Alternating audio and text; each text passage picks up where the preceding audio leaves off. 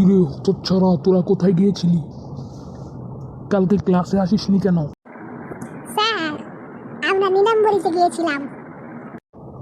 এই নীলাম্বরীটা আবার কোথায়? স্যার ওইটা শালনার ওইদিকে। তোরা নীলাম্বরীতে গিয়েছিলি, ক্লাসে না আসি? যারা হতচ্ছাড়া, তোদেরকে বুঝাচ্ছি ঠেলা। স্যার, আমরা তো একলা যাইনি, আমাদের পরিবার গিয়েছিল, এই জন্য গিয়েছিলাম। আহো বাতিজা, খেলা হবে। রাব্বি, যা তোদের বাবাকে ডেকে নিয়ে আয়। আপনি যা বলবেন স্যার, ঠিক আছে, ডেকে নিয়ে আসছি।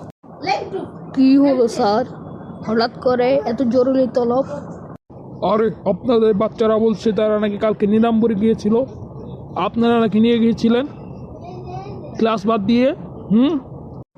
আরে স্যার, বাচ্চা মানুষ বায়না করছিল তাই নিয়ে গেছিলাম। বায়না করলে নিয়ে যেতে হবে ক্লাস বাদ দিয়ে? এটা তো হবে না, তাদেরকে পানিশমেন্ট দেওয়া হবে। স্যার আপনি যা মনে করেন। আচ্ছা স্যার, আমাদেরকে কি পানিশমেন্ট দেওয়া হবে? আরে হতচ্ছাড়া, কি পানিশমেন্ট দিব আবার জিজ্ঞেস করছিস না?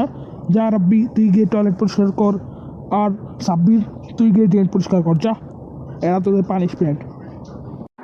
ও মাই গড স্যার, এত ভয়ঙ্কর পানিশমেন্ট দরকার দিবেন না আমাদেরকে? যে সময় নীলাম্বরীতে গিয়েছিল ওই সময় মনে ছিল না পানিশমেন্টের কথা? এখন বুঝ ঠেলা। আহা, স্যার কেমনে বেইমানি করে? স্যার বেইমানি সেরা রে।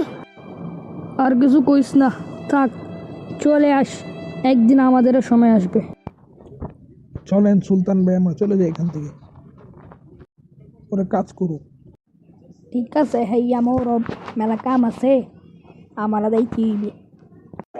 আহারে, আমরা আবার স্যার দুজনে গেল, এখন কি করি? চল আমরা পালাই। ঠিক আছে, চল।